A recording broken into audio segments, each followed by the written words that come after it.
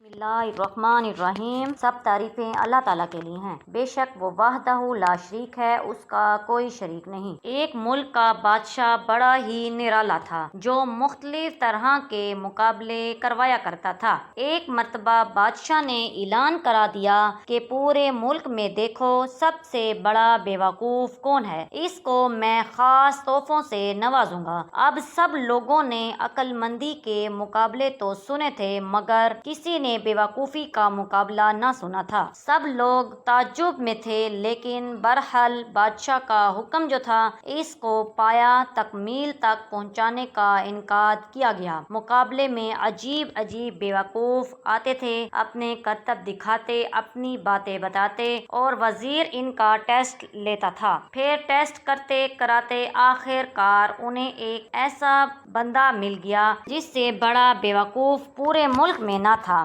اسے بادشاہ کے سامنے لا کر کھڑا کر دیا گیا۔ کہا گیا، بادشاہ سلامت، یہ ہمارے ملک کا سب سے بڑا بیوقوف ہے۔ بادشاہ نے اپنی سونے جواہرات سے بھری مالا اتاری اور اس بیوقوف کو پہنا دی۔ بیوقوف بڑا خوش ہو کر گھر آیا۔ ابھی تھوڑے ہی دن ہوئے تھے کہ بیوقوف کو پتہ چلا کہ بادشاہ سلامت بہت بیمار ہیں۔ بیوقوف نے ارادہ کیا کہ بادشاہ سے ملنے جانا چاہیے۔ بادشاہ سلامت، کیا حال ہے آپ کا؟ سنا ہے بڑے بیمار ہو گئے ہیں۔ بادشاہ نے کہا، بس اب تو اس جہاں کو چھوڑ کر جا رہا ہوں۔ بیوقوف نے کہا، اچھا آپ کہیں اور جا رہے ہیں؟ مزید کہنے لگا، کہاں جا رہے ہیں؟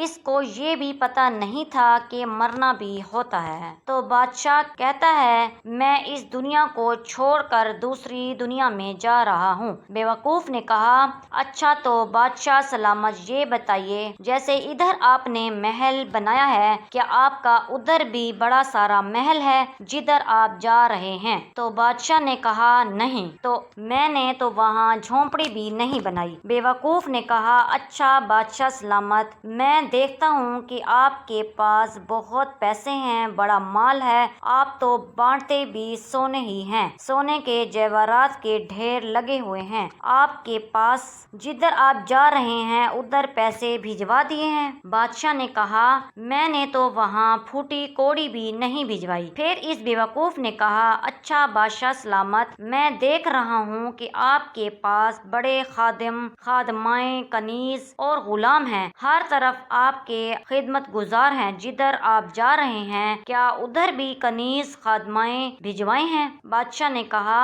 ادھر تو کوئی خادم نہیں ہوگا۔ اس لیے بیوقوف نے وہ مالا اتاری اور بادشاہ کے گلے میں پہنا دی اور کہا، حضور پھر مجھ سے بڑے بیوقوف تو آپ ہوئے نا، آپ کو پتہ ہے آپ کہیں اور جا رہے ہیں تو آپ اس دنیا سے آپ کسی اور دنیا میں جا رہے ہیں، نہ آپ نے گھر بنایا، نہ پیسے بھجوائے، نہ خادم بھجوائے، آخر کرو گے کیا؟ بیوقوف کی یہ بات سن کر بادشاہ تو کیا سب وزیر حیران ہو گئے۔ آج دیکھیے ہم دنیا کا مال جمع کرنے میں لگے ہوئے ہیں، یہ پتہ ہونے کے باوجود کہ اگلے جہاں میں یہ دنیا کا مال ہمارے کسی کام نہیں آئے گا، اس لیے بہتر ہے کہ دنیا کے ساتھ ساتھ آخرت کی بھی تیاری کو ترجیح دیں۔ اللہ تعالی ہم سب کو دین پر چلنے والا بنا دے اور دین پر ہمارا خاتمہ نصیب فرمائے، آمین صبح آمین۔ امید کرتی ہوں آپ کو میری ویڈیو اچھی لگی ہوگی۔ اسی کے ساتھ مجھے دیجیے اجازت، اللہ حافظ۔